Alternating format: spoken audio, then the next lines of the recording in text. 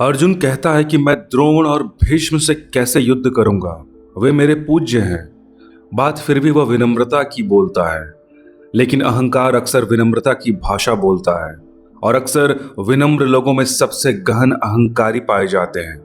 असल में विनम्रता डिफेंसिव इगोइज्म है। वह सुरक्षा करता हुआ अहंकार है। आक्रामक अहंकार मुश्किल में पड़ सकता है। विनम्र अहंकार पहले से ही सुरक्षित है। वह इंश्योर्ड है। इसलिए जब कोई कहता है कि मैं तो कुछ भी नहीं हूं, आपके चरणों की धूल हूं, तब जरा उसकी आंखों में देखना। तब उसकी आंखें कुछ और ही कहती हुई मालूम पड़ेगी। उसके शब्द कुछ और कहते हुए मालूम पड़ेंगे। कृष्ण ने अर्जुन की रग पर हाथ रखा है, लेकिन अर्जुन नहीं समझ पा रहा है। वह दूसरे कोने से फिर बात शुरू करता है। वह कहता है, द्रोण को जो मेरे गुरु हैं, भीष्म को जो मेरे परम आदरणीय पूज्य हैं, उन पर कैसे आक्रमण करूंगा। यहां ध्यान में रखने जैसी बात है, यहां भीष्म और द्रोण कौन है। अर्जुन कह रहा है, मैं कैसे आक्रमण करूंगा। इतना बुरा मैं नहीं कि द्रोण पर बाण खींचूं, भीष्म की छाती छेद दूं। नहीं, यह मुझसे नहीं हो सकेगा। यहां वह कह तो यही रहा है कि वे पूज्य हैं, यह मैं कैसे करूंगा। लेकिन गहरे में खोजे और देखे तो पता चलेगा वह यह कह रहा है कि यह मेरी जो इमेज है, मेरी जो प्रतिमा है, मेरी ही आंखों में जो मैं हूं, उसके लिए असंभव है। इससे तो बेहतर है कि मधुसूदन कि मैं ही मर जाऊं। इससे तो अच्छा है प्रतिमा बचे, शरीर खो जाए, अहंकार बचे, मैं खो जाऊं। वह जो इमेज है मेरी, वह जो सेल्फ इमेज है उसकी। हर आदमी की अपनी अपनी एक प्रतिमा है। जब आप किसी पर क्रोध कर लेते हैं और बाद में पछताते हैं और क्षमा मांगते हैं, तो इस भ्रांति में मत पड़ना कि आप क्षमा मांग रहे हैं और पछता रहे हैं। असल में आप अपने सेल्फ इमेज को वापस निर्मित कर रहे हैं। आप जब किसी पर क्रोध करते हैं तो आपने निरंतर अपने को अच्छा आदमी समझा है। वह प्रतिमा आप अपने ही हाथ से खंडित कर लेते हैं। क्रोध के बाद पता चलता है कि वह अच्छा आदमी जो मैं अपने को अब तक समझता था, क्या मैं नहीं हूं। अहंकार कहता है, नहीं आदमी तो मैं अच्छा ही हूं। यह क्रोध जो हो गया, यह बीच में आ गई भूल चूक है। इंस्पाइट ऑफ मी, मेरे बावजूद हो गया। यह कोई मैंने नहीं किया है, हो गया, परिस्थिति जन्य है। पछताते हैं, क्षमा मांग लेते हैं। अगर सच में ही क्रोध के लिए पछताएं तो दोबारा क्रोध फिर जीवन में नहीं आना चाहिए। लेकिन कल फिर क्रोध आता है। नहीं, क्रोध से कोई अड़चन न थी, अड़चन हुई थी कोई और बात से। वह कभी सोचा ही नहीं था कि मैं क्रोध और कर सकता हूं। तो जब पछता लेते हैं तब आपकी अच्छी प्रतिमा, आपका अहंकार फिर सिंहासन पर विराजमान हो जाता है। वह कहता है, देखो माफी मांग ली, क्षमा मांग ली, विनम्र आदमी हो। समय ने, परिस्थिति ने, अवसर ने, मूड नहीं था, भूखा था, दफ्तर से नाराज लौटा था, असफल था, कुछ काम में गड़बड़ी हो गई थी, परिस्थिति जन्य था। मेरे भीतर से नहीं आया था क्रोध, मैंने तो क्षमा मांग ली है। जैसे ही होश आया, जैसे ही मैं लौटा, मैंने क्षमा मांग ली है। आप अपनी प्रतिमा को फिर सजा संवार कर, फिर गहने आभूषण पहनाकर सिंहासन पर विराजमान कर दिए। क्रोध के पहले भी यह प्रतिमा सिंहासन पर ही बैठी थी। क्रोध में नीचे लुढ़क गई थी, फिर बिठा दिया। अब आप फिर पूर्ववत पुरानी जगह आ गए हैं। कल फिर क्रोध करेंगे, पूर्ववत अपनी जगह आ गए। क्रोध के पहले भी यहीं थे, क्रोध के बाद भी यहीं आ गए। जो पश्चाताप है वह इस प्रतिमा की पुनर्स्थापना है। लेकिन ऐसा लगता है क्षमा मांगता आदमी बड़ा विनम्र है। सब दिखावे सच नहीं है। सच बहुत गहरे हैं और अक्सर उल्टे हैं। वह आदमी आपसे क्षमा नहीं मांग रहा है, वह आदमी अपने ही सामने निंदित हो गया है। वह उस निंदा को झाड़ रहा है, पोंछ रहा है, बुहार रहा है। वह फिर साफ सुथरा स्नान करके फिर खड़ा हो जाएगा।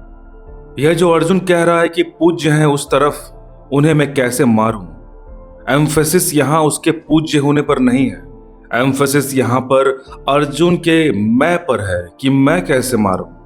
नहीं नहीं, यह अपने मैं की प्रतिमा खंडित करने से कि लोग लोकातर में लोग कहेंगे कि अपने ही गुरु पर आक्रमण किया, कि अपने ही पूज्यों को मारा। इससे तो बेहतर है मधुसूदन की मैं ही मर जाऊं।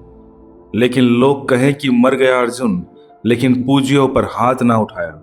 मर गया, मिट गया, लेकिन गुरु पर हाथ ना उठाया। उसके मैं को पकड़ लेने की जरूरत है। अभी उसकी पकड़ में नहीं है, किसी की पकड़ में नहीं होता। जिसका मैं अपने ही पकड़ में आ जाए वह मैं के बाहर हो जाता है। जब अपने मैं को बचा बचा कर जीते हैं, वह दूसरी दूसरी बातें करता जाएगा। वह सब्स्टिट्यूट खोजता चला जाएगा। कभी कहेगा यह, कभी कहेगा वह। सिर्फ उस बिंदु को छोड़ता जाएगा जो है कृष्ण ने छूना चाहा। वह उस बात को छोड़ गया है। अनार्य आर्य की बात वह नहीं उठाता। कातरता की बात वह नहीं उठाता। लोक में यश, परलोक में भटकाव, उसकी बात वह नहीं उठाता। वह दूसरी बात उठाता है, जैसे उसने कृष्ण को सुना ही नहीं। उसके वचन कह रहे हैं कि बीच में जो कृष्ण ने बोला अर्जुन ने नहीं सुना। सभी बातें जो बोली जाती है हम सुनते नहीं, हम वही सुन लेते हैं जो हम सुनना चाहते हैं। सभी जो दिखाई पड़ता है वह हम देखते नहीं, हम वही देख लेते हैं जो हम देखना चाहते हैं।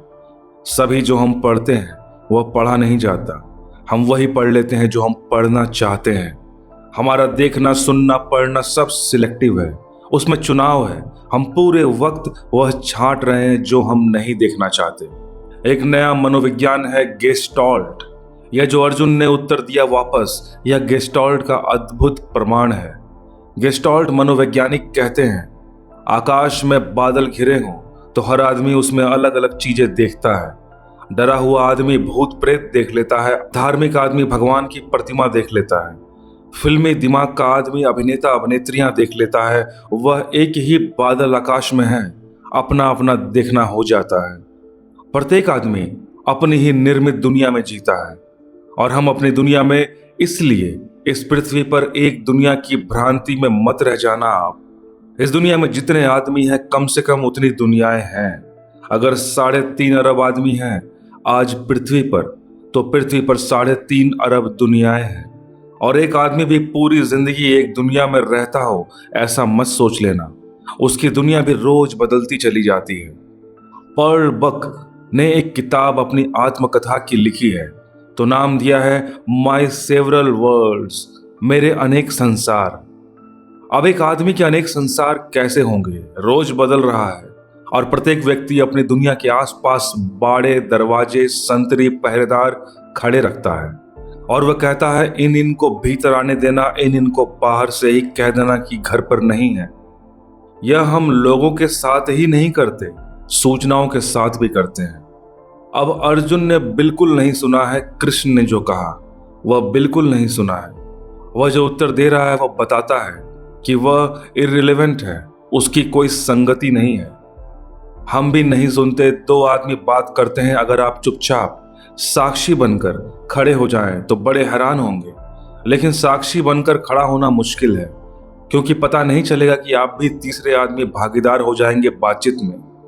अगर आप 2 आदमियों की साक्षी बनकर बात सुने तो बहुत हैरान होंगे कि ये एक दूसरे से बात कर रहे हैं या अपने अपने से बात कर रहे हैं। एक आदमी जो कह रहा है, दूसरा जो कहता है, उससे उसका कोई भी संबंध नहीं है। जुग ने एक संस्मरण लिखा है कि 2 पागल प्रोफेसर उसके पागल खाने में भर्ती हुए इलाज के लिए। ऐसे भी प्रोफेसरों के पागल होने की संभावना ज्यादा है, या यह भी हो सकता है कि पागल आदमी प्रोफेसर होने को उत्सुक रहते हैं। वे दोनों पागल हो गए। साधारण पागल नहीं है।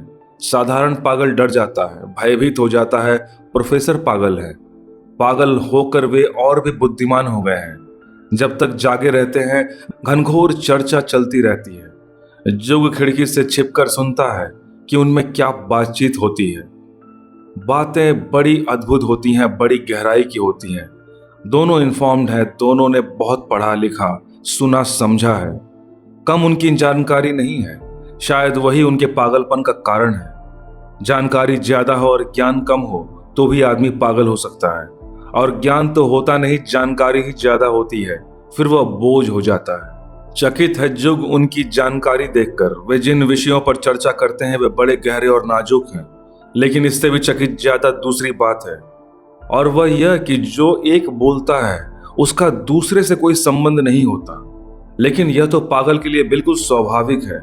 इससे भी ज्यादा चकित इस बात पर है कि एक बोलता है तो दूसरा चुप रहता है और ऐसा लगता है कि सुन रहा है, और जैसे ही वह बंद करता है कि दूसरा जो बोलता है तो उसे सुनकर लगता है कि उसने उसे बिल्कुल नहीं सुना।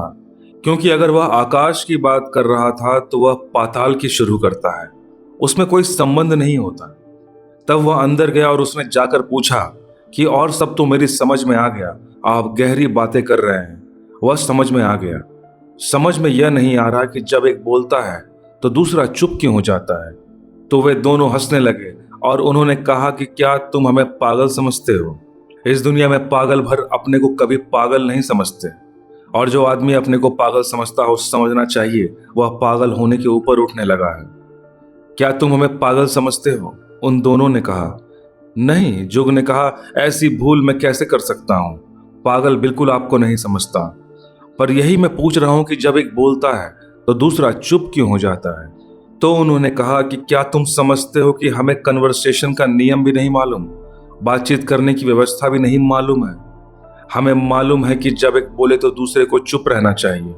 जुग ने कहा, जब तुम्हें इतना मालूम है तो मैं यह और पूछना चाहता हूं कि जो एक बोलता है उससे दूसरे के बोलने का कोई संबंध ही नहीं होता। दोनों फिर हंसने लगे। उन्होंने कहा, खैर, हम तो पागल समझे जाते हैं, लेकिन इस जमीन पर जहां भी लोग बोलते हैं तो उनकी बातों में कोई संबंध होता है। जुग घबराकर वापस लौट गया। उसने अपने संस्मरण में लिखा है कि उस दिन से मैं भी सोचता हूं कि जब किसी से बात करता हूं संबंध है। थोड़ा संबंध हम बना लेते हैं जब आपसे मैं बात कर रहा हूं। अगर हम पागल नहीं हैं, जिसकी की संभावना बहुत कम है, तो जब आप बोल रहे हैं तब मैं अपने भीतर बोले चला जाता हूं। जैसे कि आप चुप होते हैं, मैं बोलना शुरू करता हूं। मैं जब बोलना शुरू करता हूं उसका संबंध मेरे भीतर जो मैं बोल रहा था उससे होता है, आपसे नहीं होता। हाँ, इतना संबंध हो सकता है कि जैसा खूंटी और कोट का होता है, कि आपकी बात में से कोई एक बात पकड़ लूं और खूंटी बना लूं और मेरे भीतर जो चल रहा था उसको उस पर टांग दूं। बस इतना ही संबंध होता है। अर्जुन और कृष्ण की चर्चा में यह मौका बार बार आएगा, इसलिए मैंने इसे ठीक से आपसे कह देना चाहा। अर्जुन ने बिल्कुल नहीं सुना कि कृष्ण ने क्या कहा है। नहीं कहा होता, ऐसी ही स्थिति है। वह अपने भीतर की सुने चले जा रहा है। वह कह रहा है, ये पूज्य, ये द्रोण, ये भीष्म। वह ये सोच रहा होगा भीतर, इधर कृष्ण क्या बोल रहे हैं। वे जो बोल रहे हैं वह परिधि के बाहर हो रहा है। उसके भीतर जो चल रहा है वह यह चल रहा है। वह कृष्ण से कहता है कि मधुसूदन, ये पूज्य, ये प्रिय, इन्हें मैं मार सकता हूं क्या? मैं अर्जुन, इसे ध्यान रखना, उसने कृष्ण की बात नहीं सुनी।